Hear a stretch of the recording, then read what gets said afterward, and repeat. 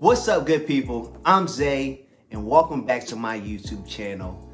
And guys, I am super excited about this interview that I have for you guys today. So that's right, I am back with another first gen interview, but this time it features a couple that has been probably one of the most instrumental couples that have helped us, meaning my wife and I, during our debt-free journey.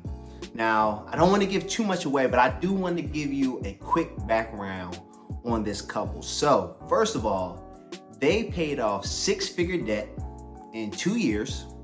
Not only did they pay off that six-figure debt that included student loans and a mortgage, they now own 2 out-of-state rental properties.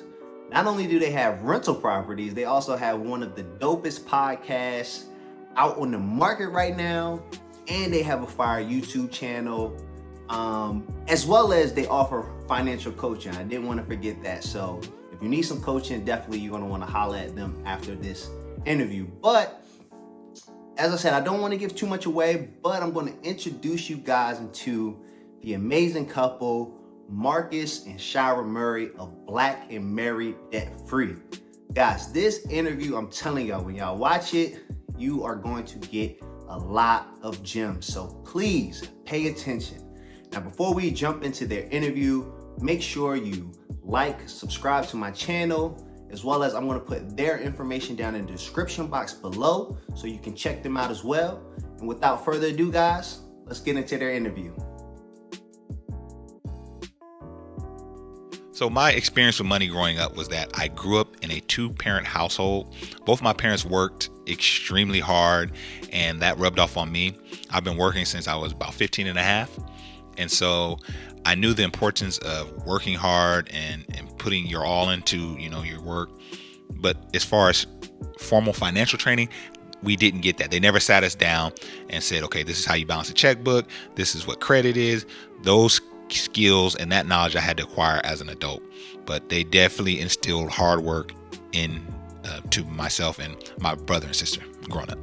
So my background is somewhat similar. I grew up in a single parent home, but one thing that my mom used to always do is she always had a checkbook. So anytime she would make a purchase, she would be writing it down into her checkbook and keeping track of her finances. And so that made an impression on me and basically taught me to keep track of things.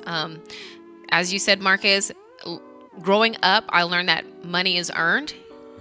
And so I also worked as a teenager down, until Present today. But as we got older, we also learned another financial concept, and that is there is a way to make money work for you. And so at this present time, we are putting that kind of as a practice in our finances. Our financial journey began about 7 years ago. And it was during that time that we hit a tough financial spot. And literally we had more month than we had money. And so it was a really difficult period of time for us. But eventually we were able to work ourselves out of that. We were able to boost our income. And when we were able to boost our income, that was kind of a turning point for us because we had to decide what were we going to do with this new surplus, with this new discretionary income. Were we going to spend it, save it, eat it, or invest it? And it was at that period of time that we decided to focus in on our six-figure debt. And so we started working in on our debt. We started educating ourselves, reading books, and filling ourselves with knowledge during that period of time. So in terms of obstacles, I think the first thing we had to address was the mindset and addressing the limiting beliefs that we had acquired just throughout our childhood and growing up. Simple things like not seeing any examples of wealth in our family. Is this something that we can attain? Is this something that we should even strive for?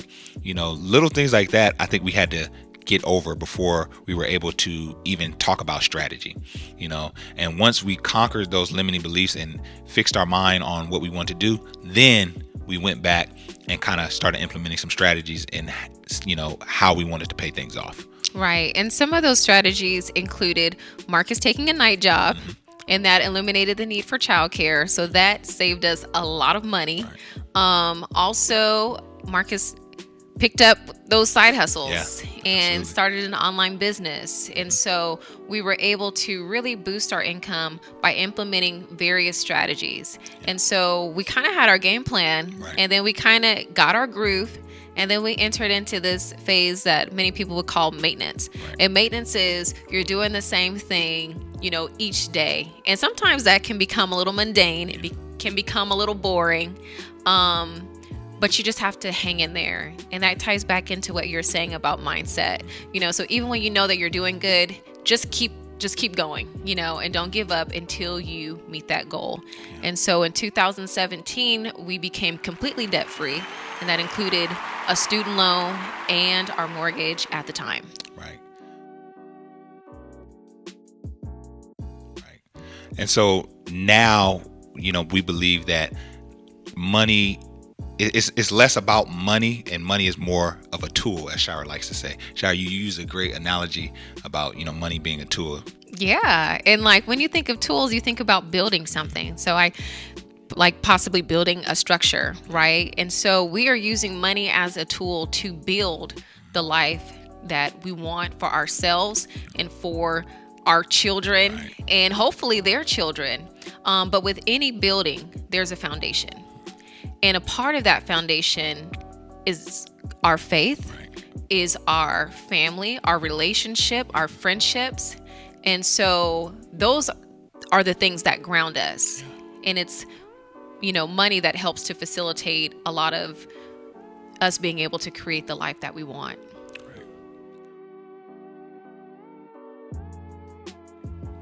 So in terms of the strategies we are currently using to build wealth, it's kind of a hybrid. So right now we are investing in low cost index funds. That's kind of our stock market portion of our investing. And then we're also investing in real estate, particularly buy and hold properties. So we purchased 2 properties and we have tenants renting those out for us. We plan to acquire more in the future, but right now those are really the 2 strategies that we're using to build wealth. To complement what you just shared, part of our strategy is really staying together. Yeah.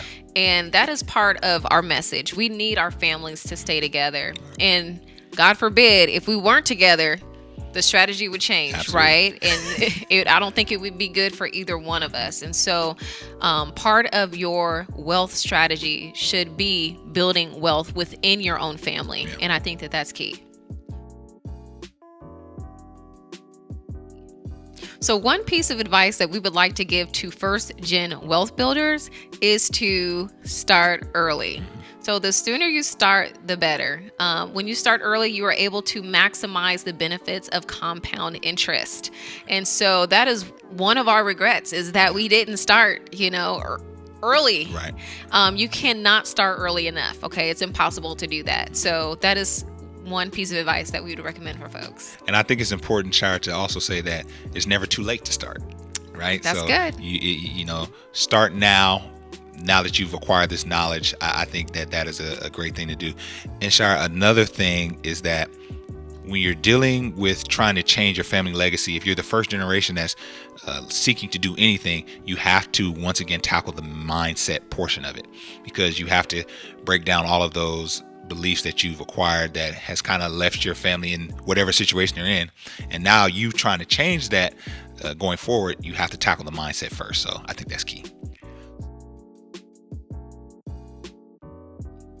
So if you want to follow Shira and myself and everything we're doing at Black Married Debt Free, all you have to do is really just Google Black Married and Debt Free, and you can check out our YouTube, which we have over 100 videos there where we're talking about finance and sharing. And we also have a podcast, the Black Married and Debt Free podcast, that you should check out as well. So after you're done checking out this video and everything first generation wealth building is doing, come on over to Black Married Debt Free. Yes. All right, fam. I hope you guys enjoyed that interview. As I said before, all of their information is down in the description below if you want to connect with them. definitely check them out on YouTube, Instagram, as well as their podcast, which is available on Spotify and Apple. Like I said, guys, I hope you can see why they were so instrumental to my wife and I's journey, and just how inspirational they are.